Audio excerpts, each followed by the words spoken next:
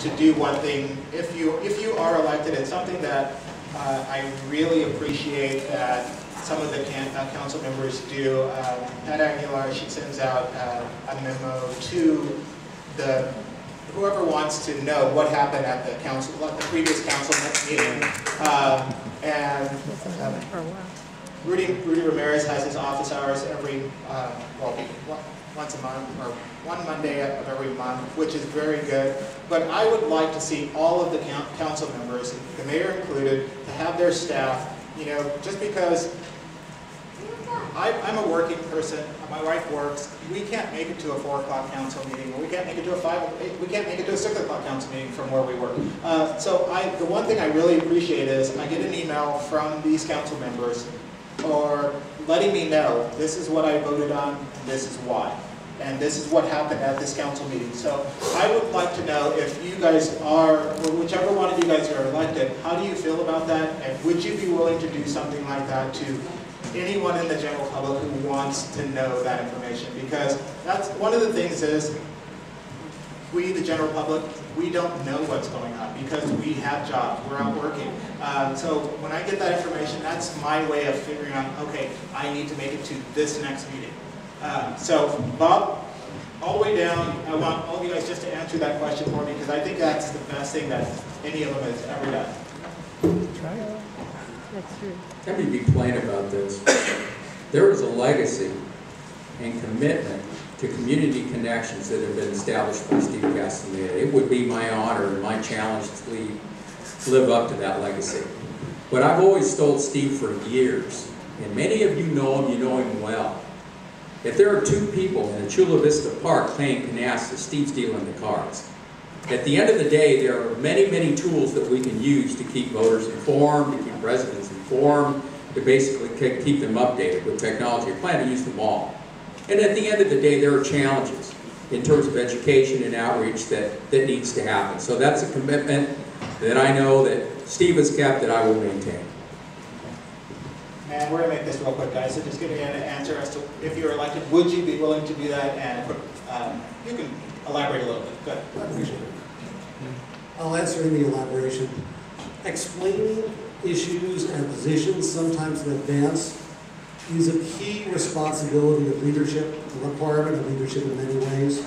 And Pat has set the bar pretty high, as have others in different ways. And I would certainly do my best to meet that high standard. Yeah, I don't think it's always a good idea to have opinions in advance, because we need to always listen to the public testimony and be as informed as we possibly can. I spend a great deal of time studying the agenda packets that are huge that come out usually the Friday before the Tuesday meeting, and you have to wait till Monday to have conversations with staff if you have questions, and you don't make council meetings go forever and ever. We all have our different styles. This is a big city. We have 240,000 some odd people. I do my best to communicate promptly with everyone. My office is always open. There's a lot of meetings throughout the city that I go to on a non-stop basis. And I dialogue with the public. But I don't have the same style as my comment isn't before the meetings, it's just after a council meeting, if you could have your staff write up something or have it available on email, if that's a possibility. We have very limited staff. And I'm engaged like in a very huge way. I mean, I spend at least 50, 60 hours a week on council work. So I don't know that that's my style, but I applaud Councilwoman Aguilar. That's the way she's found it. Ken, if that's the best way that you want to be communicated with, because you work full-time, my kids all work full-time and are engaged during the day too, and can't get to the council meetings and stuff like that. If that's the best way to communicate with you, I'm all for it. Yes, that would be a great idea. Thank you for that opportunity to serve you in that way.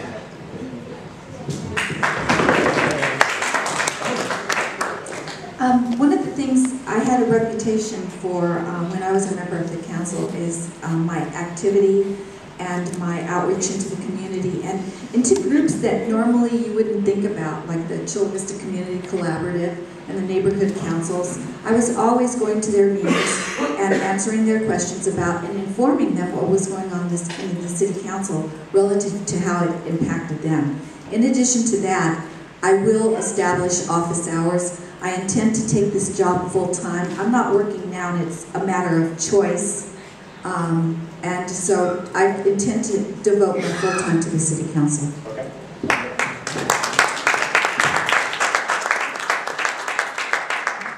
I am all about open and clear communication. I want to hear from everyone, and I'm going to let them know what I think. I definitely am going to get as creative as possible.